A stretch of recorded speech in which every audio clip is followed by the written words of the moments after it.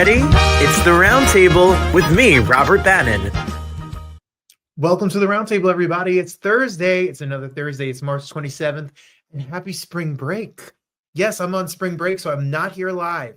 This is taped. Some of you all got on me last week. Y'all said, Bannon, take a break. Enjoy your night. So I'm going to take this evening off and give you a great show recorded. Norm Lewis is here, Tony nominee, superstar, tours the world. Love him in movies, love him in television. Love The Five Bloods by Spike Lee. He's amazing in it. Love Scandal. Love him in The Little Mermaid. Love him in Porgy and Bess. Love him in all of the amazing work he's done. He is here, and we're going to talk to Norm Lewis today. So many things going on. I hope you're here. No hot take. My hot take is I hope you're enjoying your spring break. It's a weird spring break in Detroit because I'm used to having spring break around Easter, but they gave it to us early, and it's the first break that we stayed home. I stayed home. So let me tell you a little bit about my week with this week's Week in Review. Here we go. Well, it was a pretty simple, easy week. I had a great time with you all. Last week, we had a lot of fun with last week's show, and there's so many great shows to come. This weekend, we started the weekend off with a bang, and what we did was we really spent a lot of time around the house, getting the house set and situated. Like Darius took me to Home Depot where we bought pots, and Darius took me to Home Depot where we bought soil. And Darius took me to the backyard where we planted things and built things. Are you impressed? I am impressed. You didn't think I had it in me, did you? You never know. So I did lots of things. I went to the dentist, went shopping. We went shopping again. We ate lots of food. Shout out to Auntie Maureen for enjoying the day with us yesterday. We went to P.F. Chang's. They made fun of me, everybody, because, P.F. Chang's has banana egg rolls. They're the best dessert in the world. Shout out to P.F. Chang's. I may make it my favorite thing. So hang on and hold tight. You'll have to hear about it in a minute. Let's talk about, so that was it. It's nice and easy week. Chill, sleep, rest, watch White Lotus, watch Darius' House Hunters, and then try to enjoy the backyard and get ready for the summer. It's coming. The summer is coming, Here's our shameless plug. 'Cause I'm shameless. Well, we always have shows, and this week, tomorrow, Friday, we celebrate for 1 year of Broadway World. The Roundtable is on Broadway World every single Friday. And next week, we have some of the cast of Six. And in the future weeks, we have some other great stuff coming up. Robert Horn, who wrote Shucked. Some of the stars of Betty Boop will be on. But tomorrow, Matt Doyle, Tony winner, won the Tony for Company, star of Book of Mormon, star of television, and star of Gilmore Girls. He's now in a show, Conversations with Mother, that Mike and my friend Mike went to with his mother, and they both came out hysterically crying and laughing and said it was such a great show. So Matty Doyle with his Tony Award here tomorrow on Broadway World. Next week, some of your favorite guests. Many of you say she's the best guest we've ever had. Lunel is here. Lunel is here next week to talk about her show coming to the Apollo and her show coming to Detroit. I'll be at her show in Detroit April 11th. The bad girl of comedy herself, Lunel, Auntie Lou, is going to be here next Thursday, so don't miss it, and I will be live. Plus, a lot of other shows. Oba Babatante is coming on live in the future. We have a show about artists that you should know about, like Denard Berner and Anissa Strings, and Peppermint is coming back. We love Peppermint here on this show, the amazing activist, drag queen, trans superstar that acts and sings and dances and does the best Janet Jackson impersonations. So much Roundtable is coming. And yes, I'm going to be back at 54 Below for Pride, so you need to make sure you get your tickets and find out more information about that in the coming weeks. Melissa Erica will be here, and she's doing the 7 o'clock show while I'm on at 9:30, and we'll have that more information about that. So there's so much Roundtable for you, so not miss a moment or miss a second. So stay tuned for much more information. Also, we're on the Broadway Podcast Network every day, and you can always listen to us. And on Spotify, the videos are there, just like you're watching now. So go to BroadwayPodcastNetwork.com. We have a really great interview with some of the stars of the Book of Mormon that's coming to Detroit. I'll be seeing it next week. So if you want to know what it's like to travel in the Book of Mormon, you can go to Broadway Podcast Network, or you can buy tickets at BroadwayInDetroit.com. Pretty cute. I like it. I think it's good. Shall we keep going? Why not? Let's keep the party going. What is this picture? Oh, that must be time for Detroit. Is it our Detroit moment? You better lose yourself in the music the moment you own it. What up, though? So you know my babies, my little students, we went and took a trip. And do you know how amazing the Detroit Library is? Listen, people, I love a library. You love a library. I grew up where you had a little library. You know, you had a little moment where you said, oh, look at this cute little library. Let me take my kids to the library. Oh, no, they don't play like that here in Detroit. The Detroit Public Library looks like this. What in the world incarnation is the Detroit Library? Libraries do not look like that in this world. It is historic. It is gorgeous. It is something that people need to see. And they have something there called the Hype Center. It's huge. The building is huge. And the Hype Center has things in it like, nope, there we go. Podcast studio, a recording studio. They invited my students. They gave them animal crackers. We played a scavenger hunt. They took out books. They got library cards. So shout out to the Detroit Public Library, and shout out to the app Libby, which my brother has been talking about forever. If you have a library card, you know that you can rent a book virtually with the Libby app. And my students learned about the Libby app because we live in a world where we all talk about apps. So Libby app, public libraries, they're alive and well. The librarians are there. They're looking to work with you. I don't know who's getting a DVD anymore. I don't know what goes on at the library, but you could Amazon a book to your house. But then what do you do with all these damn books? So go to the library. And shout out to the Detroit Public Library for celebrating Literacy Month with my babies. We did all sorts of stuff this month to celebrate reading. So get a book, turn this podcast off, and then get a book, and then turn this podcast back on. That's your homework assignment. You do it. There's nothing wrong with a book. You know what I'm saying? I'm going to get a good book this summer. Maybe I need a book. Maybe that's got to be the hot take question next week. Are you reading a good book? That's a good one. All right, we're gonna get that together. We're gonna get our life together here, and I'm gonna tell you about what book I'm gonna read. I gotta think of a good book. Well, we'll figure it out. While we're talking about all sorts of books, how about you talk about my favorite things, my favorite book. What about my favorite things? I gave you a little hint. Here we go.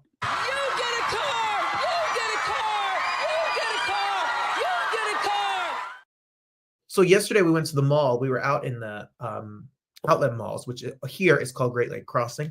And then there's the fancy mall out here, which is called Somerset Mall. So we've been to Somerset. We went Monday, and then we went again yesterday. And Somerset has the P.F. Chang's. So we were decided to go to the P.F. Chang's and have a P.F. Chang moment. I wish P.F. Chang's shouted me out, or I wish P.F. Chang's gave me free food. But P.F. Chang's was great and cute, and you have a great meal right now for 2 or more people, a soup or salad, appetizer, and dinner, $19.99, and then everything is extra. If you want a piece of rice, it's $5. If you want a shrimp, it's $5. If you want a lo mein, it's $5. But it was well worth it. And so Darius and Auntie Maureen were with me, and we went, and I was bragging and raving about the banana spring rolls, and they both gave it a thumbs down, because they both don't know what a good dessert tastes like, apparently. Because this dessert is the top-notch creme de la creme. It is the toppest, it is a master, it is the Michelangelo. It is the Leonardo da Vinci. It is the Raphael. It is the, what's the other Ninja Turtle? Donatello Versace of desserts. The banana spring roll. It is banana wrapped in egg roll, dipped in caramel, with, now Darius is allergic to pineapple, so I had plain vanilla, but it's normally with a pineapple coconut ice cream. Give it up, the P.F. Chang. Chang, chang, chang, chang of fools if you don't like the banana spring roll. It was amazing. So that is my favorite thing of the week, P.F. Chang's banana spring rolls.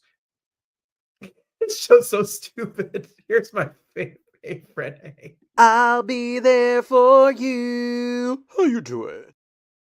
Shout out to you all. Thank you all for the well wishes this month. You know, we're 2 months away from our wedding date. And, you know, my Hey Friend Hey is my bestie, my love, my heart, my soul, my husband, as I say, even though we're 60 days away from that moment, but it is, and thank you for the people who are like, this show's joy. We are pretty joyful. I drive him crazy, but we are pretty joyful. 60 days plus 60 days, less than 60 days now, till the DR Life wedding. And so my shout outs to you, Hubs. We're counting down the moments, building a great life together, and I can't wait to make it official. And you know that I will be telling you all about it. Shh. Can't not share it with the Roundtable family. So much love and appreciate all of you. Growing up, I loved Broadway. I loved Broadway shows. I loved actors. And when Norm Lewis compliments the fact that we do this show, or when people watch this, or I get to talk to and become friendly with people who have done this show over the years, it's amazing, because I'm somebody who gave up acting and thought I was never going to be an actor and was never going to be good enough.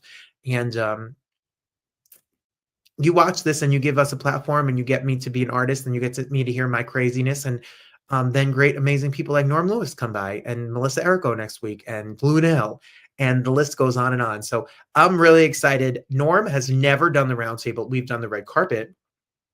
He did Quarantine Cabaret and Cocktails. We had a sideshow reunion with Alice Ripley and Emily Skinner and Norm and the rest of the cast. But he's never done this show, like for a sit-down interview.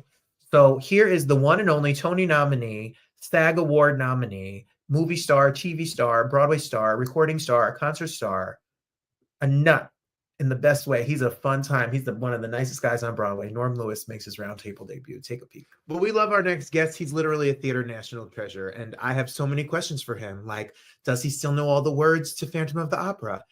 Why are there so many words in that show? And so many other questions that we love our next guest. Last time I saw him, we sang I Will Never Leave You on the red carpet, I think at the Cheetah Rivera Awards, because he's obsessed with my voice. That's right. Norm Lewis, obsessed. No, he's back. We're obsessed with his voice. We love his television work, his film work. If you love his film work, you know that he did not get blown up. He does have his legs. I love that movie more than life. Norm Lewis is here, and he's coming back to the stage in New York City, and we're so honored to welcome him to Broadway World, the Broadway Podcast Network, and the Roundtable. Norm, welcome back to the show. Thank you. And I am obsessed with your voice. Yes. You know, I want to be Broadway's second favorite baritone next to you. But I'd have to be on Broadway first, Norm Lewis. You'll make it. You got it. Keep dreaming. Thank you. I'm 42. It's never too late. Thanks for being here. Thank you for having me. This is awesome.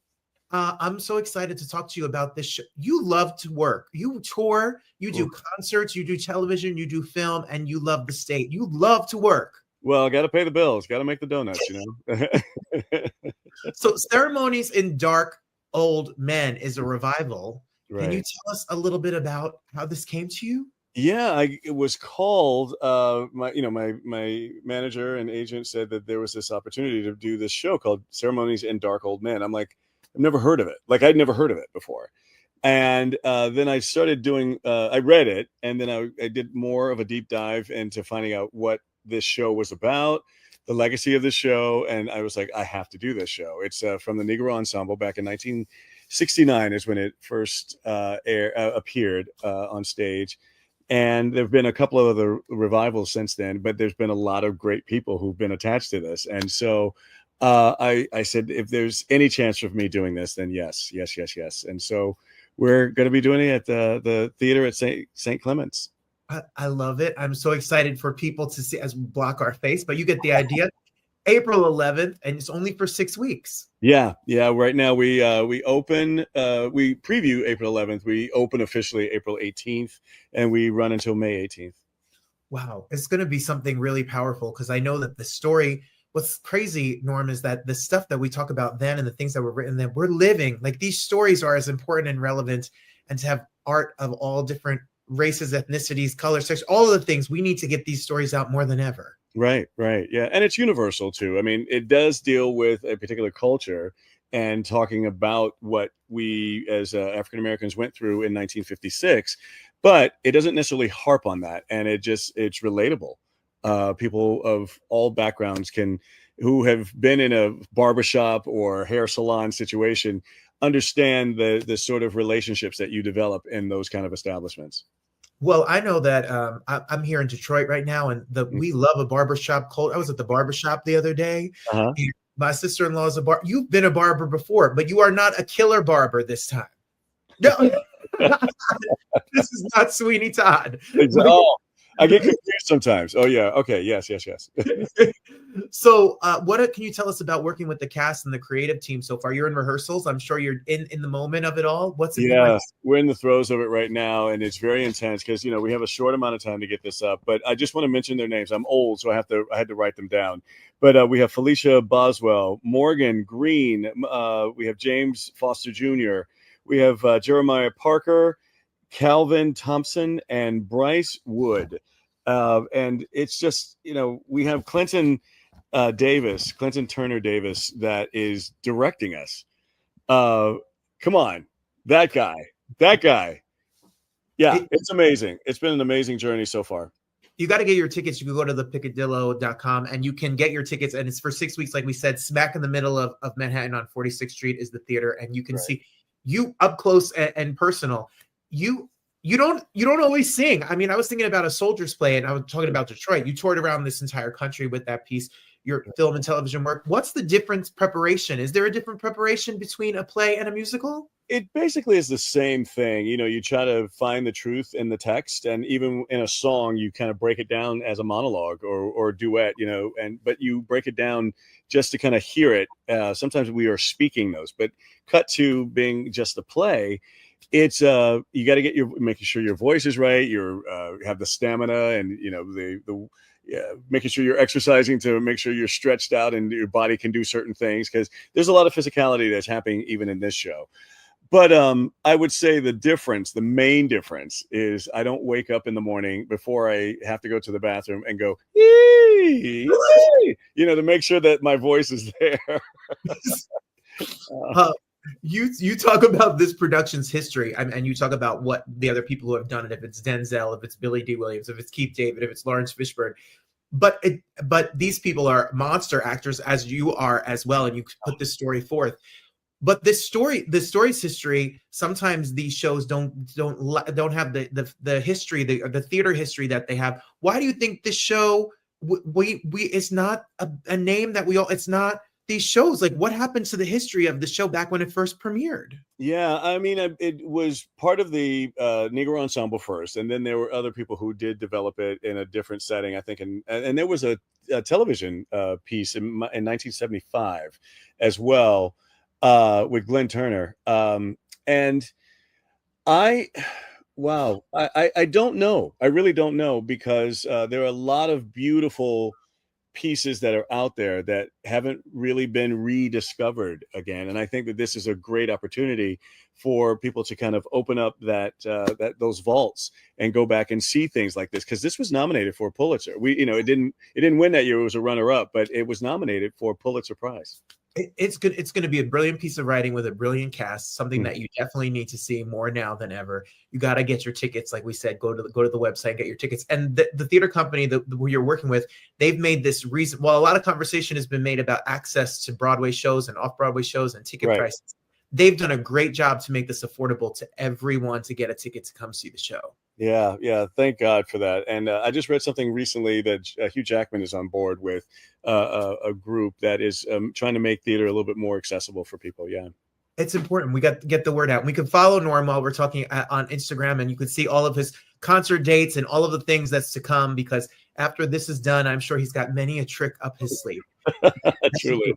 Yeah, we were talking about your career, and I was talking about here to my husband, because he's a little obsessed with some of your television work, and we were talking about some of the TV work in particular, like this moment here, like the Scandal seasons, and why are you so mad at John Legend here, Norm? Why are you so mad? He's Jesus and he's disrupting this world, and I'm like, dude, hello, come on, hey. Wow, look at that shot. I like that shot. Oh, look at that guy. Now, I will tell you, look at this picture here. So it has every one of us looking a lot younger than we are. That's definitely AI happening in there, or CGI, or whatever they call it. But that, woo, wow, look at that picture. And God rest that Chadwick Boseman's soul. Wow, he was so great. Amazing actor, and the movie is absolutely amazing. You are amazing in it. Thank you very much. We had a good time. Amazing. And while we're talking the Broadway stuff, we were talking about Phantom. I was some of the people who watch our show every week were saying that you were their first Phantom, and they remember this pivotal moment. And talk about breaking, lines and traditions and ushering new theater. What was it like when you got the job, when you were going to be the first Phantom in this way? Well, that was exactly what it was. I wanted a job, and luckily there was an opportunity to go in and audition. My friend, my brother, Hugh Pinero, was playing the Phantom at the time and had decided not to renew his contract, so it left an opening. And I had spoken with the creatives of that team, and before they had seen me in other events, and I told them, I said, listen, I've always wanted a chance to come in and audition for Phantom of the Opera if it ever comes up. And that's what happened. And I got in, and I was on the stage of the Majestic Theater, and in the audience was Hal Prince and a lot of the other people who were involved with hiring. And before I stepped out there to do my song, I heard the voices of people who have passed on, William Warfield and Paul Robeson, those people that I love and cherish their voices, but also people who were living, their voices were in my head as well, saying, go get it, go get it. And that's exactly what I did. And I did the best I could. I left my tonsils out there on and I said, if I don't get it, at least I know that I did my best. And that was not, that was good or not good for them. And I got a call a week later saying I got the part. And so I was very excited. Being that I was the first African-American to ever play the role on Broadway, that was a cherry on top situation. I basically just wanted a job. And, I give honor and praise to Robert Guillaume, who was that representative to me, that person that made me think maybe I could do it, because he did it at the Amundsen in Los Angeles in 1990. So seeing that representation actually gave me hope, and it finally came to fruition. And you give that to so many young musical theater artists that are out here. And I teach musical theater. I teach it in Newark, New Jersey. I teach it here in Detroit. And there are so many people who get to see you and see the representation you are. It's powerful. And that's why you have been with BTC and all these other organizations that are out here to try to get the word out that these roles are for everybody. Right. And BTC is definitely an organization that we do work with. I work with Black Theater United, so BTU. So it's blacktheaterunited.com. And we are, along with the other factions like BTC and Broadway Advocacy Coalition, we are all saying the same thing, and we're very cohesive in that mission. And, but specifically Black Theater United, LaChance is our president, and Michael McElroy's on our team, Brian Stokes Mitchell. It's a plethora of amazing people. Audra McDonald is part of our founders, and so we are working not only to make a difference on stage with the diversity. By the way, diversity, equity, and inclusion is not a bad word. It is the most amazing set of words that you want to put together, because they're beautiful. Nothing to fear, like Alicia Keys said at the Grammys. It's nothing to fear. It's just to be celebrated. Anyway, I digress. But we're talking about just having a seat at the table, and that's where our hearts are. It's not necessarily about on-stage representation, but off-stage. So we're allowing people to come in and know what being backstage is like, knowing what being part of the press and the PR for a version of what this industry is about, and also management, and teaching people about those kinds of things. So it's a plethora of many things. It's really exciting, and it's so important. And like we said, inspiring to see your career and all the people you've mentioned, career like this. What you bring up, I don't know what happened to Audra McDonald, but she where's she been? It's so funny because I've lost who this person, I forget what's her name again? Yes. Audra. Yeah, she did well, with me on that stage, but yes. I don't know where she is. Whatever happened? You talk about trailblazing roles like this role as well. Oh my God! Wow. Wow, I need to get these pictures. Where'd you get these pictures? I think I'm a Google deep dive. I know your social security number, your checking account. Yes, it does. Wait, listen, it doesn't matter anyway. Social Security, we're done anyway. So We don't have that right. Yeah, Take take it. and the rest. I loved seeing this, and when you jumped into Once on this Island, and look at Norm Lewis. Come on, Norm Lewis and his abs are out here. Yeah, I used to have those abs. Yeah, now it's one. I had 6 there. I think I have 1 now, so it's all good. And I love when you ushered in the opening of Broadway after the pandemic with the chicken and biscuits. And Douglas is so fun, and this show was such a blast, and we needed it after all we went through. So thank you for what you do, because what you do is so lauded and joyful, and we love it. Well, it's a blessing to have these opportunities and to work with the people I've worked with and continue to work with, even this amazing ensemble now. And also, thank you to you. You are someone who, along with your performing and everything, but you are such an advocate, and, you showcase us as what we want to do. And hopefully people will see that and come and see shows because of people like you. So thank you. That is the honor. It is amazing just for you to say that, and I really appreciate it, because Absolutely. you are all kind to take your time away from your day to spend some time with us. It means a lot to me. Thank you. Absolutely. I want people to. You could stream Norm's music too. Norm's. I tried to give you the full. It's hard, Norm. When you read your bio, the Tony nominations and the SAG nominations and all the nominations and all the credits, it's hundreds of TV episodes. It's hard to get this in 15, 20 minutes, Norm. Right. I mean, listen, when people sometimes introduce me or say things like this and read whatever bio I have, and I go, wow, who's that guy? Like, who is that guy? I've been really blessed. I've been truly, truly blessed. So when we see you with this, the first, look at that. Look at that guy. And I love this, the Christmas shows that you've done at 54 Below through the years. Yeah. Is gorgeous. When you're done with your weeks and you just have a killer, amazing time over here at Ceremonies and Dark Old Men, and it's out and the run is over, and you get back on the concert tour and you're singing with symphonies, do you know the words to Music of the Night? I do, actually. Thank God. There was recently I just did this. I did a show like a couple of weeks ago, and I forgot the words. I was like, slowly, gently. No, slowly, gently. Night unfurls its splendor. I couldn't think of what unfurl was. I was like, slowly, gently. I had to stop. And the audience started singing. Night unfurls its splendor. I was like, oh, thank you so much. Sometimes your mind just has brain. I can't say that on the podcast, but brain stuff. Things happen. Yeah, things happen. So, well, do you have a nerdy acting question? When you have a play like this that you're working on, how do you get your lines down when you're alone in the room? But are you somebody who picks them up quick? Do you have a method? Is there advice? No, it's just repeating. What you do is you read the play. You just keep reading it, and you get a familiarity of what scene goes where, what's the story. So that way that's set in your mind. And then you can always go back and try to just read your lines. And there's a method that actually Clinton, our director, Clinton Davis, is giving us. That's something very new for me. And it's gosh, I don't want to give the secret of it right now, but he said he's going to write it in a book. But it's basically something that deals with sounds and being familiar with sounds, especially if you have like a monologue.